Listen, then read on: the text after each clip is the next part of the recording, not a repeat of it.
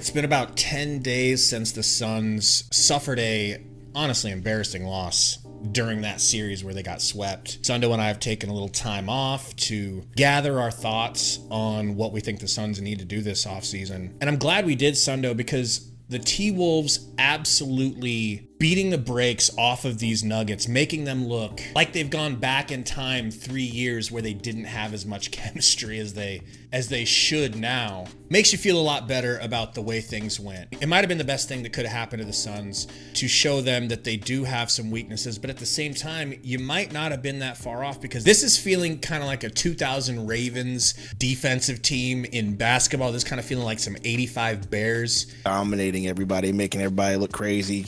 Oh, we have the best offense, so it doesn't matter. We're going to beat you, but at 43-8, that type of thing. Yeah, dude, the Wolves are just, I thought maybe they were for real. Like, I thought maybe they were really serious when we played them, but man, this Nuggets series has proven even more. They are here to play. They're playing, the way they play basketball is just, I love watching it. I know a lot of Suns fans aren't going to want to hear it, but shout out to the Timberwolves, man. The Suns are about ready to turn the page, we think, with Frank Vogel, but to be honest, I feel less stressed about the need to let him go, considering what the T-Wolves are looking like. I would leave it up to the guys on the team. If they want him back, I'm not going to fuss. And I believe that if Frank comes back, it's because the guys didn't ask for him to leave. So I will let it ride one more year. I'll shut my trap. I'll stop complaining a little bit. Just a little bit. Yeah, I'm kind of with you. And, the news came out saying that he's going to be evaluated this week. There will be a decision made, whether it's letting him go or revamping the staff around him, which makes me wonder, who was in charge of that decision of getting the staff around him. Was it him? Was it James Jones? Was it Ishbia? That's just kind of a weird situation. Why wouldn't you let your coach pick his staff? But that's neither here nor there. And then the other option is obviously getting a new coach. After taking time to reflect on the season, I'm kind of with you. If the players say, no, he's not the problem, then yes, I would say you keep him and you get a new coaching staff around him that he wants, and you take it that route. Because I'm kind of with you on that. But I mean, if the players are like, hey, we don't like him, let him go, then yeah, we have some things to talk about. But that's not going to be leaked out. And I guess we'll find out sooner.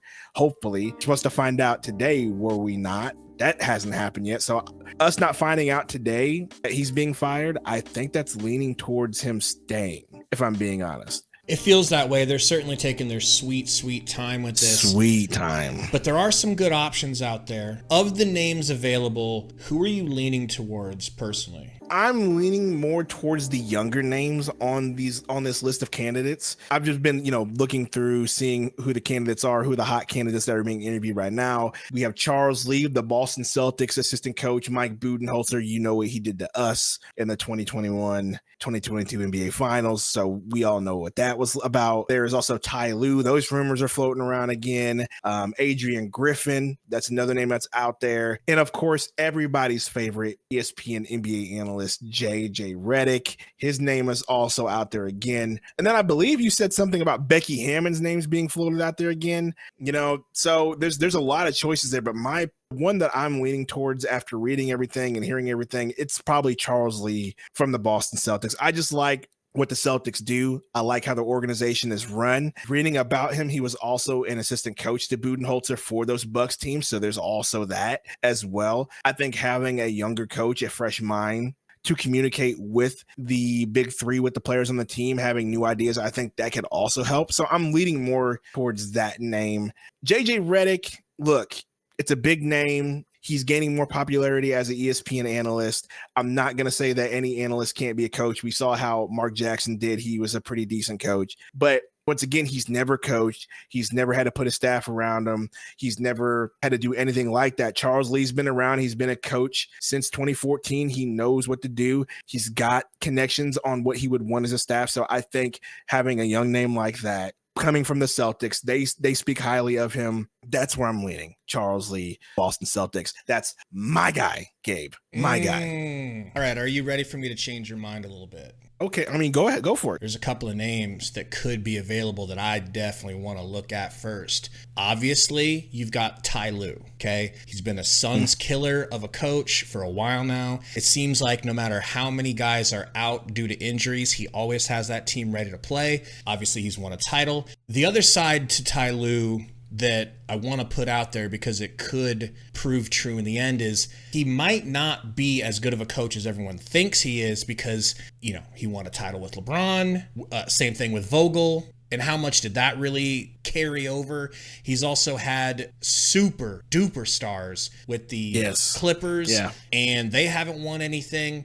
So I don't think that it's a grand slam, but I'm hoping that would be a home run. The other name, Sundo, that I think I can lure you away with. And it might not happen, but if it does, I think we need to be there to receive him. There are rumors that the Pelicans might let Willie Green go. Oh man. Okay. I will agree with you on that one. If there was a coach that you could get me to lean towards, it would be Willie Green, because I do like the way he coaches. Man, he's had our number. He had the Pelicans team playing great against us, at least. So yeah, I mean, Willie Green was a name that dropped in the hat that the Suns could hire. I'd be fine with that as well. So yeah, put him on the list. I don't care if she's a man or a woman. She hasn't coached in the NBA yet. Same problem with JJ Redick. The only thing holding me back on JJ is that he hasn't coached yet, and I don't know if I want that with the expectations that this team has, the personalities that they have. I mean, maybe they would respect, speaking of Booker and Durant specifically, maybe they would respect JJ more because he's done it on the floor. They know he's a sharp basketball mind.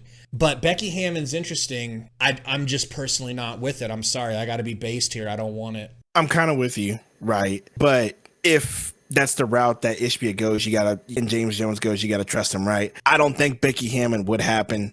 I feel like that's just a name that's thrown into the hat just because it's a name. She's popular. Pop vouches for her and whatnot. So I think that's the reason why that name's being put out there. But once again, I'm leading towards what you've just said, Charles Lee, Willie Green. To your point about Ty Lue, I mean, maybe if you want a veteran coach there as well, but I'm kind of with your point there. Like, he won with LeBron. He's had talented teams. Now he comes to the Suns. He's going to have another talented team. So there's always that as well, right? But like you said, he hasn't done anything with them. He hasn't really, made any big playoff pushes with the Clippers at all. So there's always that. Mike Budenholzer, I don't know how you feel about that one. That just seems like a name, another Frank Vogel-esque name that was out there like it was last year. Like, hey, he's won a championship. He's a big name coach. Why not? And then Adrian Griffin he got let go this season. So that's another interesting one for me, dude. I feel like they have to look at Adrian Griffin. He had the Bucks number 2 in the East for a good chunk of the season. Well believed that Giannis did not like him, and what Giannis says goes. So I want to look at that situation and see, could it work here? That's just another good option, I think. I don't think a lot of these options are good, minus, like I said, JJ Redick not having the experience, Becky Hammon the same thing. But I don't think you could go wrong if we decide to fire Frank Vogel, going with the 3 names that we mentioned, which is Lee, Green, Griffin. I think one of those 3 would be fine the way they coach. One thing I might add about Charles Lee, because I know I keep saying his name because he's my favorite. The Suns did interview him last year before they hired Frank Vogel. So his name is he's already met with Matt Ishbia and James Jones. He's known with them.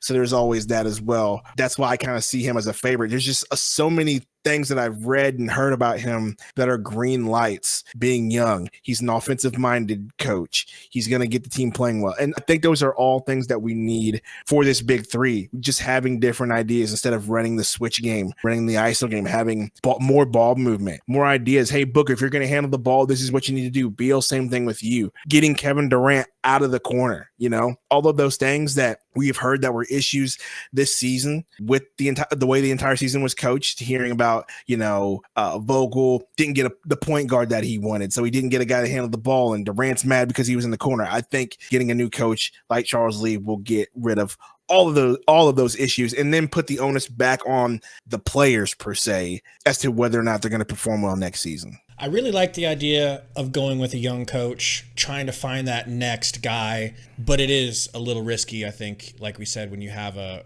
roster like this. Are they going to be able to come in and deal with the expectations that are, you have to go to the Western Conference Finals this upcoming season or else you are a complete failure? Well, once again, like I said, he coached the Celtics, so they were just in the finals, right? He was on that NBA Finals team that beat us, right? So He's got a lot of experience. He knows what to do in those situations. So yeah, man. I mean, yeah, you can say that, but ball is ball. In the players will recognize if he's a good coach or not, and they'll respect him if he shows them the proper respect and shows him the pedigree. The ball is ball. Once again, if the players recognize it, they're going to respect him. They're going to follow him, and that's all that counts at the end of the day. Tell us what you guys think. Is there a coach that we didn't mention that you'd prefer, or of the ones we did mention, who do you want next for the Suns? Hopefully there's breaking news soon letting us know what happens. And of course, we'll have a video or live stream to break down who the new coach is or to complain about Frank not leaving.